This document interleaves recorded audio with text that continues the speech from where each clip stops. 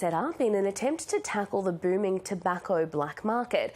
Home Affairs Minister Tony Burke says the group will be headed by Border Force with multiple other agencies involved.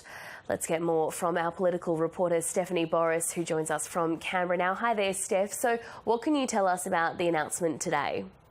In order to understand why this announcement is being made, you need to look at the problem that is here in Australia. So the federal government taxes cigarettes heavily, and that's in an attempt to try and reduce smoking rates. But what we have seen is a boom in the illicit market, people buying tobacco at a much cheaper price, and this has seen a great win for organised crime. They are making billions of dollars in revenue on a yearly basis selling illicit tobacco, and they're becoming more and more brazen. And what we've also been seeing is the firebombings of competitors' businesses by organised crime.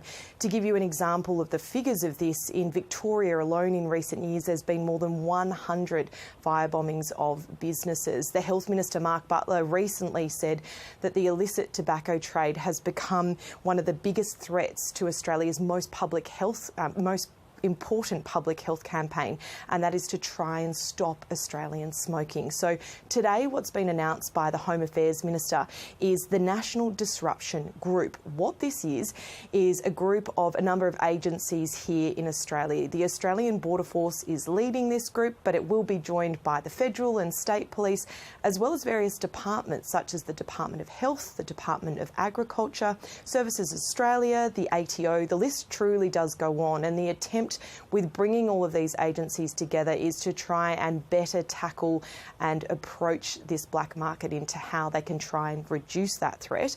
Here's the Home Affairs Minister Tony Burke speaking on Insiders earlier today.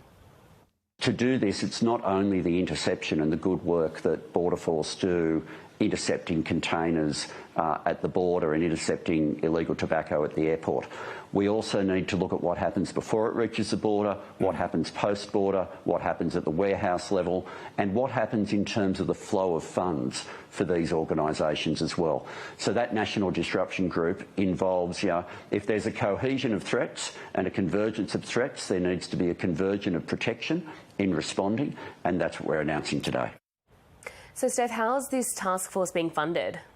So there's no new money being announced today. It's being taken out of funding that has already been put aside for the Australian Border Force. There was about $180 million set aside for the Border Force to specifically work on targeting the black market of illicit tobacco.